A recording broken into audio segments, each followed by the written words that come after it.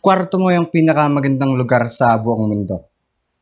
At kung di ka sang-ayon sa opinion kong yun, maybe hindi ka lang introvert or wala kang sariling kwarto. Sa loob ng 3 linggo, ang mga tanging lugar na nakita ko lang ay ang kwarto ko, bahay namin, at ang simbahan. At lahat yun ay choice ko dahil pinili kong mamahinga. Sem break namin at gusto kong samantalahin yung break na yun para magkaroon ako ng tunay na break. At ang break, kinoconsider ko siya na separation sa environment na palaging nasa harap mo. Pwedeng school, pwedeng work, or pwedeng yung mga tao sa environment na yun.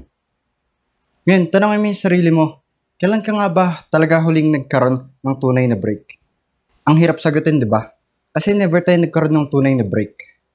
Kahit ilayo natin yung sarili natin sa mga environment na yun, di pa rin natin totally mailalayo yung sarili natin sa mga environment na yun kasi responsibilidad natin sila.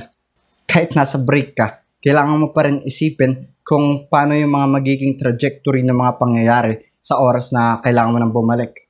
Hindi ka pwedeng mahuli sa balita, kaya kailangan mo pa rin tignan kung ano yung mga nangyayari dun sa environment na pinagpapahinga mo yung sarili mo.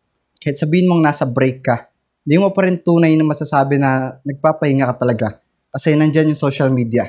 Ang social media, isang environment rin yan na laging nasa harap mo pero parang ibang mundo lang yan. Ako, nag-social media break ako, nag-deactivate ako ng mga accounts sa loob ng 3 linggo pero imposible pa rin talaga na totally kang maglaho sa space ng social media. Kailangan mong kumuha pa rin ng mga update tungkol sa mga nangyayari sa environment na inilalayo mo yung sarili mo. Sa panahon natin ngayon, napakaraming tao ang mga na-isolate. Nasa loob lang sila ng kwarto nila buong maghapon at nag-i-scroll sa social media. Nasa panahon na tayo na connected tayo more than ever pero mas nadadama pa rin natin na isolated at lonely tayo.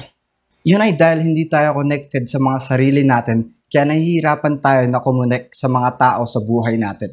Masyado tayo nako-consume ng environment natin, ng social media at ng mga kaguluhan sa mundo na wala namang naidudulot sa ating mabuti bilang mga individual. Hindi na natin makilala yung sarili natin kasi masyado na tayong distracted ng mga nangyayari sa paligid natin na wala namang naidudulot sa atin na meaningful. Nadadama nating isolated at lonely tayo kasi hindi natin nakikita yung sarili natin bilang someone na masayang kasama. Hindi natin alam kung paano i-enjoy yung sarili nating company. Ang kasiyahan natin ay nakadepende sa mga bagay na nasa labas natin at hindi natin alam kung paano humanap ng happiness from within. Kaya minsan, alam nyo, okay lang na purposefully tayong mag-isolate at lumayo muna sa mga tao para kilalanin yung sarili natin at hanapin yung happiness from within. Nakakalungkot isipin na hindi na tayo dadating sa oras na pagising natin, hindi cellphone natin ang una nating titignan para makita yung mga notifications. Maraming pagbabago dito sa mundo natin na kailangan na lang talaga nating tanggapin at kailangan natin mag-adapt sa mga pagbabagong yun. At minsan, ang alienating sa pakiramdam na karamihan sa mga tao ngayon ay surface level minded na ang hirap nang makahanap ng genuine connections. And I guess, para i-summarize tong video, okay lang mag-isolate. At kung pakiramdam mo, lonely ka, hanapin mo muna yung connection sa sarili mo at aralin mo kung paano hanapin yung happiness from within.